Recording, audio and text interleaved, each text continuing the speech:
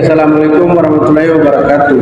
Perkenalkan, nama saya Muhammad Rinal dengan NIM 2251201005. Baik, saya akan membacakan poin bagian pertama, yaitu tanggung jawab atas laporan keuangan. Di mana tanggung jawab utama atas penyusunan dan penyajian laporan keuangan berada di tangan manajemen perusahaan, khususnya direksi dan pimpinan kantor keuangan. Mereka bertanggung jawab atas keakuratan dan keandalan informasi yang disajikan dalam laporan tersebut, serta atas pengendalian internal yang diperlukan untuk menghasilkan laporan keuangan yang bebas dari kesalahan material. Tanggung jawab atas laporan keuangan merupakan aspek krusial dan dalam pengelolaan perusahaan. Berikut adalah penjelasan lengkap mengenai tanggung jawab ini. Yang pertama itu manajemen perusahaan, yang mana manajemen bertanggung jawab dalam penyusunan laporan keuangan.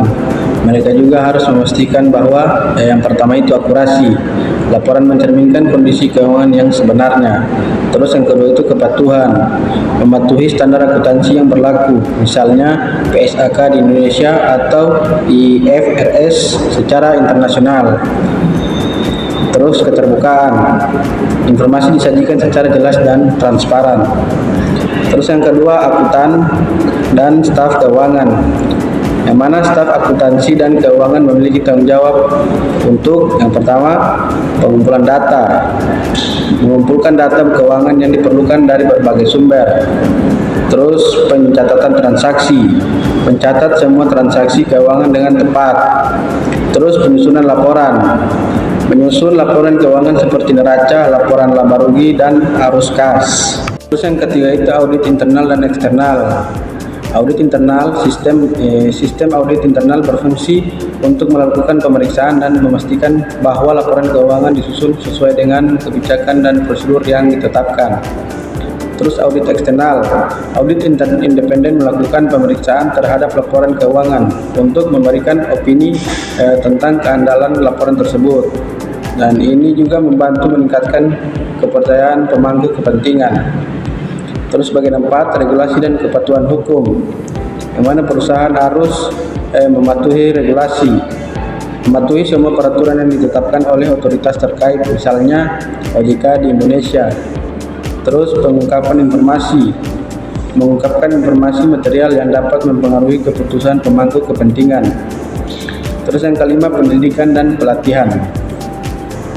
Manajemen harus memastikan bahwa staf yang terkait dalam penyusunan laporan keuangan mendapatkan pelatihan yang memadai untuk memahami standar akuntansi dan praktik terbaik. Baik, materi selanjutnya, elemen-elemen dasar dalam laporan audit.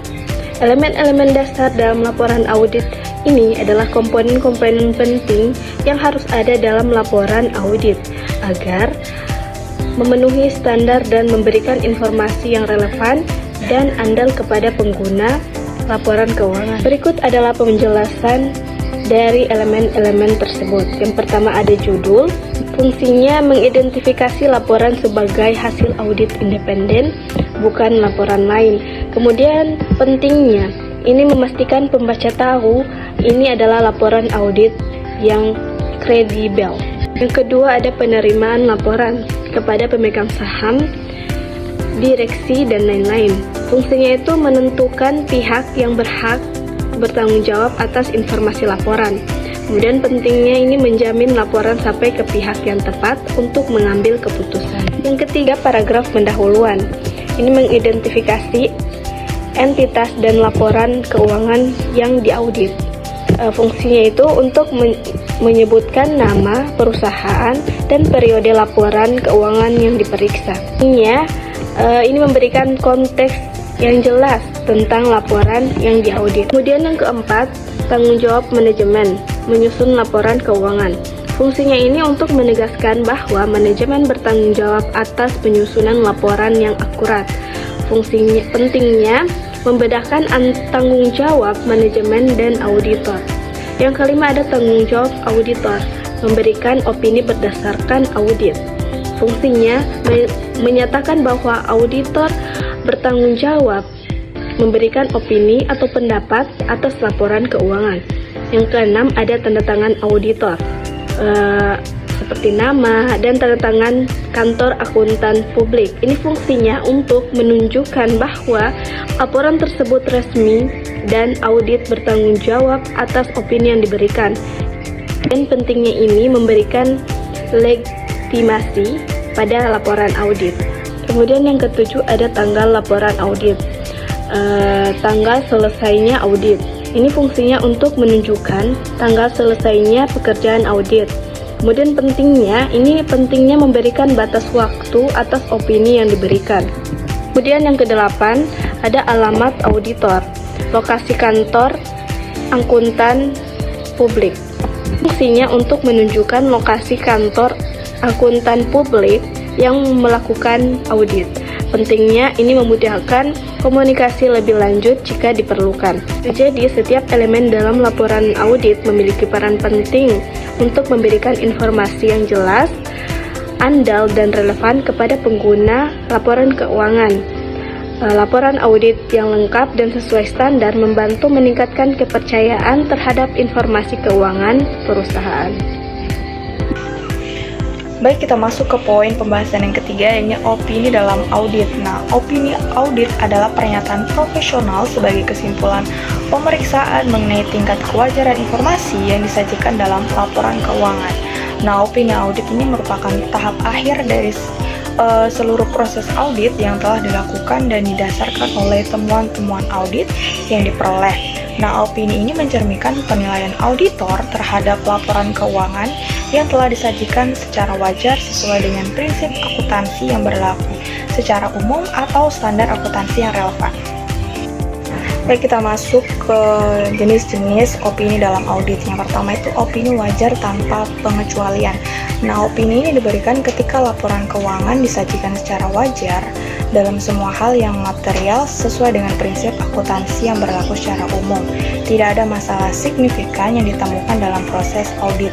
Kemudian yang kedua, ada opini wajar tanpa pengecualian dengan paragraf penjelas sama dengan opini wajar tanpa pengecualian. Namun, auditor ini menambahkan paragraf penjelas untuk menekankan suatu hal atau ketidakpastian tertentu seperti masalah kelangsungan usaha atau perubahan prinsip akuntansi. Kemudian yang ketiga ini ada opini wajar dengan pengecualian atau qualified opinion, diberikan ketika auditor ini menemukan penyimpangan dari prinsip akuntansi yang berlaku secara umum atau adanya pembatasan ruang lingkup audit, namun tidak material secara keseluruhan terhadap laporan keuangan. Kemudian yang keempat ini ada opini tidak wajar atau adverse opinion. Nah, opini ini diberikan ketika laporan keuangan ini tidak disajikan secara wajar sesuai dengan prinsip akuntansi yang berlaku secara umum. Penyimpangan yang ditemukan bersifat sangat material dan mempengaruhi keseluruhan laporan keuangan. Nah, yang kelima ini ada pernyataan tidak memberikan pendapat atau disclaimer of opinion. Baik, kita masuk ke poin yang terakhir, yakni proses pemberian opini audit. Nah, ada beberapa cara. Yang pertama itu ada perencanaan audit, di mana auditor ini merencanakan audit dengan memahami entitas dan lingkungan bisnisnya, serta menilai risiko audit yang mungkin terjadi. Kemudian yang kedua ada pengumpulan bukti audit, di mana auditor ini mengumpulkan dan menganalisis bukti yang relevan seperti laporan keuangan, catatan akuntansi, dan dokumen lainnya. Kemudian yang ketiga ada evaluasi bukti.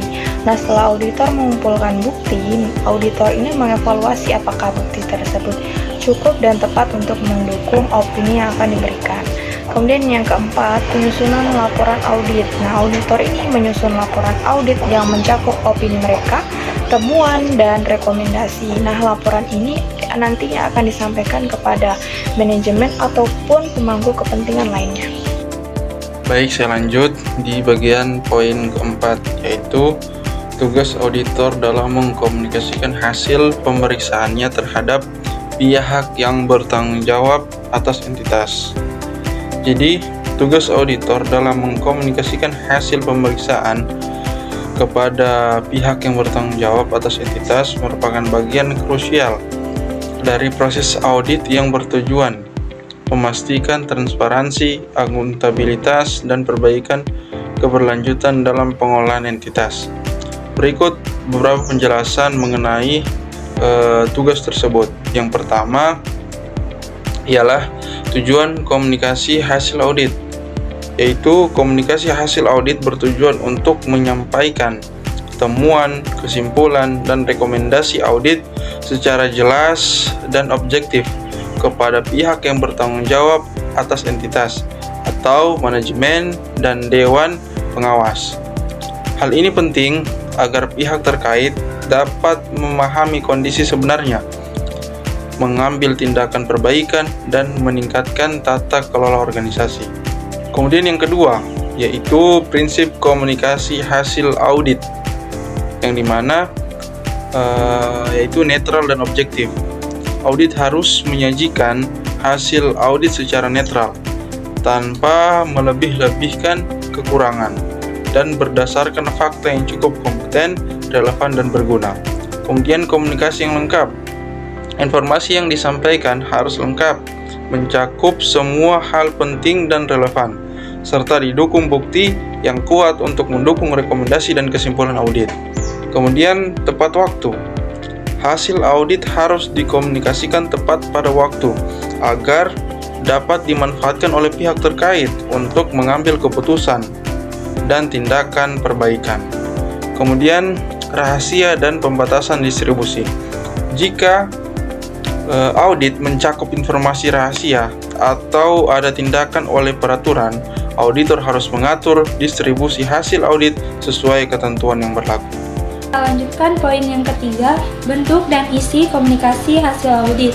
Bentuk komunikasi hasil audit terbagi atas dua, yaitu yang pertama surat, yang kedua laporan lengkap atau bab untuk temuan signifikan. Terus selanjutnya isi laporan hasil audit minimal. Yang pertama, dasar pelaksanaan audit. Yang kedua, identifikasi entitas audit. Yang ketiga, tujuan, cakupan, dan metodologi audit. Yang keempat, pernyataan kesesuaian dengan standar audit. Yang kelima, kriteria evaluasi.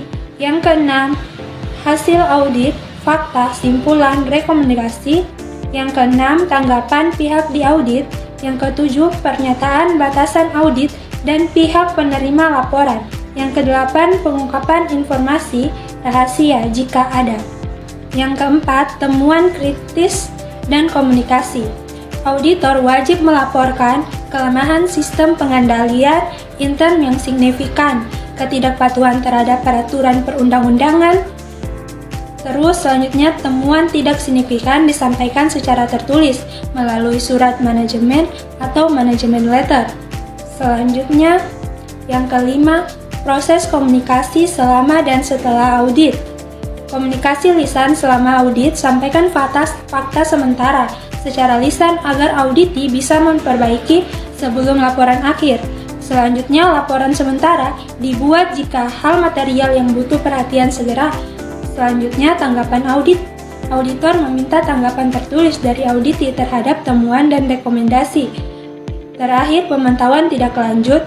Auditor bertanggung jawab memantau pelaksanaan rekomendasi audit. Poin yang keenam, komunikasi hal audit utama dan manfaat.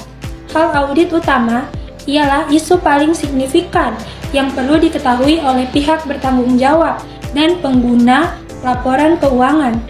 Terus manfaat komunikasi hasil audit, mengidentifikasi dan mengatasi masalah dini, mencegah kerusakan organisasi, meningkatkan efektivitas dan efisiensi komunikasi organisasi.